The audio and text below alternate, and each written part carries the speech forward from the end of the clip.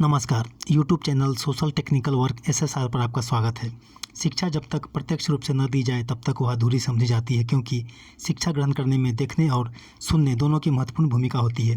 यही कारण है कि प्राथमिक स्तर से लेकर अंतिम स्तर तक की शिक्षा प्रत्यक्ष बोर्ड पर दी जानी अच्छी मानी जाती है।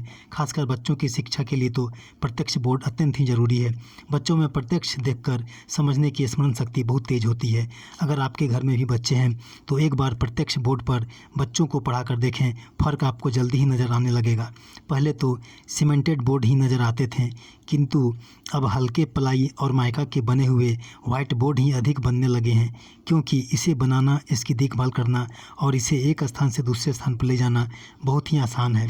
इसके अलावे इस पर रंग बिरंगे बोर्ड मार्कर से लिखकर पढ़ाई को आकर्षक बनाना भी आसान है। आज की वीडियो में हम आपको बहुत ही सरल तरीके से और बहुत ही सस्ते में एक अच्छा वाइट बोर्ड बनाना, उसकी सफाई करना और उसे दीवार पर लगाना दिखाएंगे।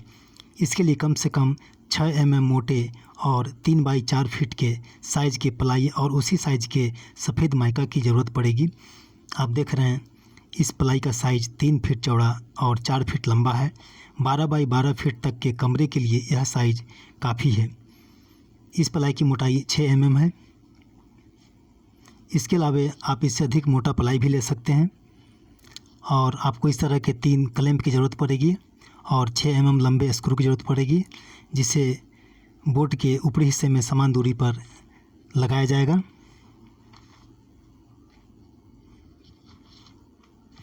बोर्ड में क्लैंप लगाने के पहले आप उसके किसी भी सतह पर फेविकोल द्वारा वाइट माइका को चिपका दें। माइका लगाने का तरीका हम पिछले वीडियो में बता चुके हैं। आप हमारे इस माइका बोर्ड की चिंता नहीं करें, क्योंकि यह माइका बीच से क्रैक था और इसीलिए हमें 400 का यह माइका मात्र 100 रुपये में मिल गया। इसमें किनारे में भी एक स्क्रैच था, लेकिन हम इसे बहुत ही अच्छी तरह प्लाई में चिपका दिए हैं और इस पर लिखते समय तथा इस पर पढ़ाते समय हमें किसी तरह की परेशानी नहीं होती है। आप देख रहे हैं बहुत ही अच्छी तरह यह माइका प्लाई में चिपका हुआ है चारों ओर से।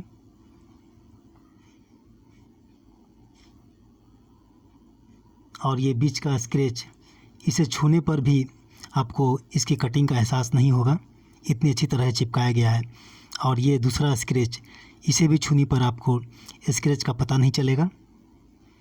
लेकिन 6 mm के प्लाई से बने वाइट बोर्ड में एक समस्या यह आती है कि गर्मी के दिनों में यह किनारे से मुड़ा हुआ दिखता है और किनारे से मुड़ने लगता है। आप इस तरह से इसके मुड़े हुए हिस्से को देख सकते हैं। इसके कारण बोर्ड पर लिखते समय यह हिलता डुलता है और पढ़ाई में रुकावट पैदा होती है।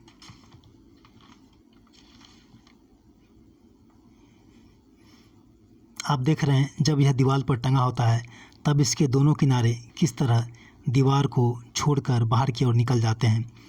इस समस्या के समाधान के लिए हमने बोर्ड के नीचे इसके दोनों उभरे किनारों के पास दीवार में होल करके 1 बाई 1 इंची का नट बोल्ट लगाया है। आप देख रहे हैं इसके किनारे, दोनों किनारे दीवार से काफ़ी बाहर निकले हुए हैं।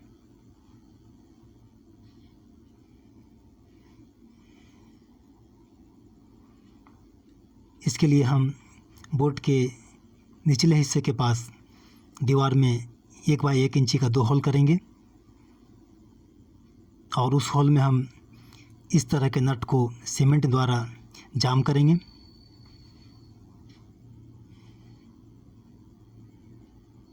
दोनों ओर 2 नट को इस तरह जाम किया जाएगा और फिर इसी नट के ऊपर हम बोर्ड को टाइट करेंगे।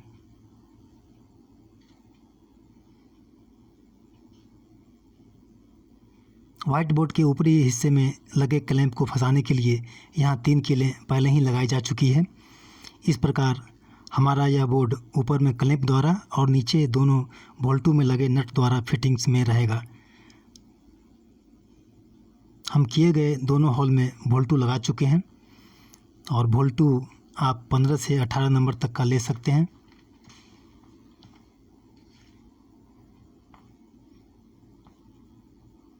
इस बोल्टू में इस तरह नट को लगाया जाएगा और उस नट में हमारा वाइट बोर्ड फिटिंग्स में रहेगा।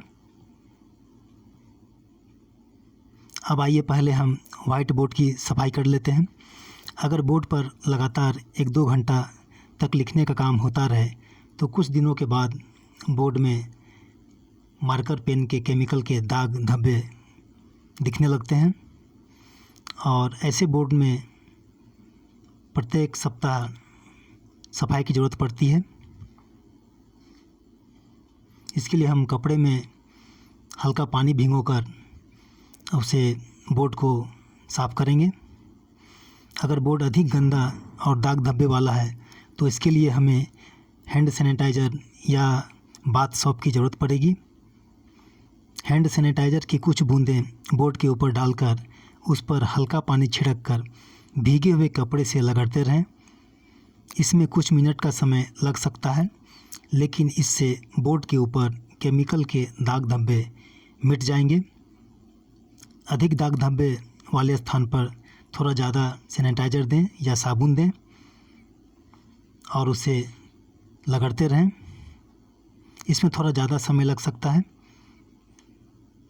अब आप देख रहे हैं हमारा वाइट बोर्ड पूरी तरह वाइट हो चुका है। इसके सारे दाग धब्बे समाप्त हो गए हैं और यह दीवार पर टंगने के लिए तैयार है।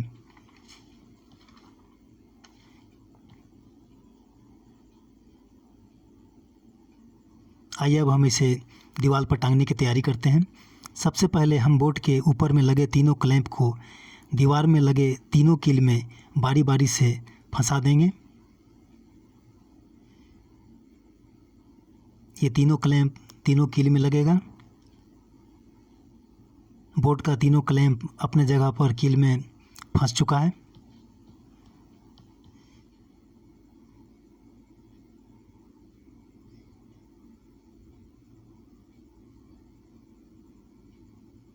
ये तीनों क्लैंप अच्छी तरह उसमें लग गया है कील में। और अब हम बोर्ड के निचले हिस्से को बोल्टू के ऊपर लाकर उसे नट द्वारा टाइट करेंगे।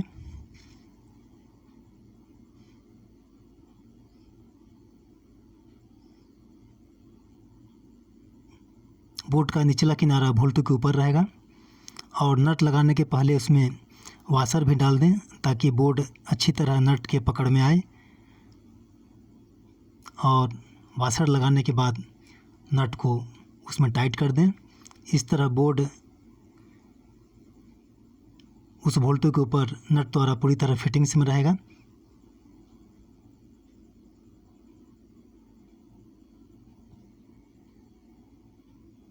अब बोर्ड का दूसरा निचला किनारा भी उसी प्रकार बोल्टू के ऊपर रखकर उसमें वाशर और नट लगा देंगे।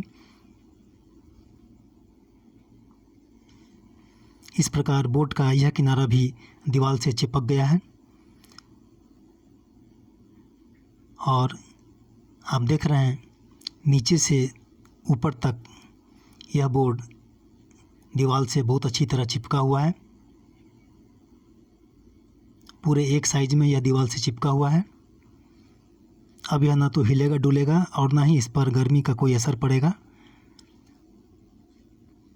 अब हमारा ये वाइट बोर्ड लिखने और पढ़ाने के लिए पूरी तरह तैयार है।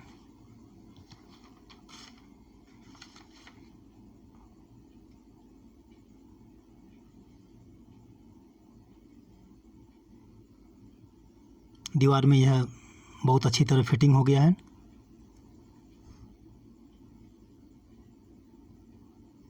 आप देख रहे हैं इसकी सफाई, पहले यह कितना गंदा दिखता था।